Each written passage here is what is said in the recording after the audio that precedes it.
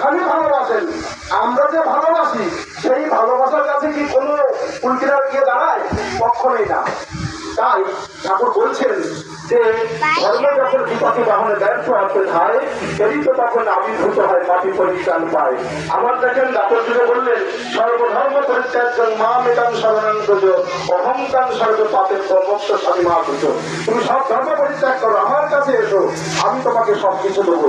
আবার সেই গোবিন্দ বললেন বুদ্ধরূপে কি বললেন? বুদ্ধং শরণং গচ্ছামি, ধর্মং শরণং গচ্ছামি, সংঘং শরণং গচ্ছামি। দেখেন জায়গাটা আলাদা, ব্যক্তি সে একই, ভাষাটা আলাদা। আবার তিনি ক্রাইস্ট অবতার বললেন I am the way, I am the truth, I am the life, none can come to the father but through me.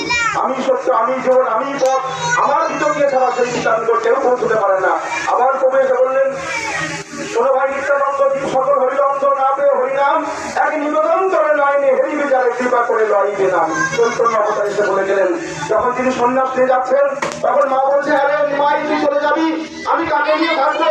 তখন তিনি বলছেন শোনো মা, এই মতো হইবে তুই অবতার, কীর্তন রসে মাতাইব সংসার।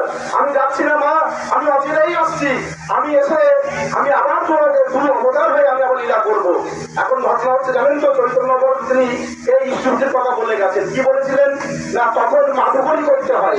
মাধুকরী মানে কি, যে 5 বাড়ি ভিক্ষা করে এনে সেই অন্ন রান্না করে আগে প্রভুকে নিবেদন করে তারপর তার প্রসাদ খাওয়া, এই হচ্ছে গিয়ে মাধুকরী। দেখেন এটাই আবার ছিল, যদি আমরা ক্রাইস্ট অবতারে দেখি তিনি নাম দিয়েছিলেন চাকাত, সরি চাপড়ে, তাহলে ওই একই পারে না, তাকে চিনিয়ে তারপর তুমি খাও।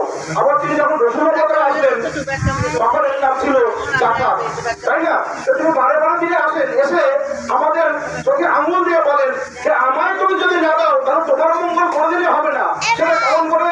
আমি একটা বাস্তব উদাহরণ দিয়ে বোঝাবার চেষ্টা করি। তখন যখন শ্রীকৃষ্ণ অবতার লীলা করছেন তখন তার একটা আঙুল কেটে গেছে, তার 2 বোন সুভদ্রা আছে, আমার পাশে দ্রৌপদীও রয়েছে। এখন সুভদ্রা বলছে দাদা তুই কাকে বেশি ভালোবাসিস, ওকে না আমাকে? তখন ঠাকুর বলছে তাকে বেশি ভালোবাসি, এখন তার পরিচয় হবে। যখন আঙুল কেটে গেছে ইচ্ছা করে লাগিয়ে দিয়েছে, মানে আপেল কাটছিল। এবার যখন রক্ত পড়ছে দ্রৌপদী কাপড় আনতে ছুটেছে, আর এইদিকে সুভদ্রা দাঁড়িয়ে ছিল, সুভদ্রা কাপড় আনতে ছুটেছে তারা আঙুল বাঁধবে, আর এইদিকে দ্রৌপদী তার আঁচলের কাপড় ছিঁড়ে সঙ্গে সঙ্গে ওখানে বেঁধে দিয়েছে। আস্তে আস্তে বাধা কমপ্লিট সুভদ্রার। তখন বলছে বুঝতে পারছিস আমি কাকে বেশি ভালোবাসি? আপনি একটা কথা ভাবেন, ইষ্টভূতি কাকে বলে? ওই যে একটুখানি কাপড় দিয়েছিল সেই কাপড়ের বিনিময়ে যখন এই রাষ্ট্রপতি তাকে দুঃশাসন দুর্যোধন মিলে বস্ত্রহরণ করছিল তখন তার বস্ত্রের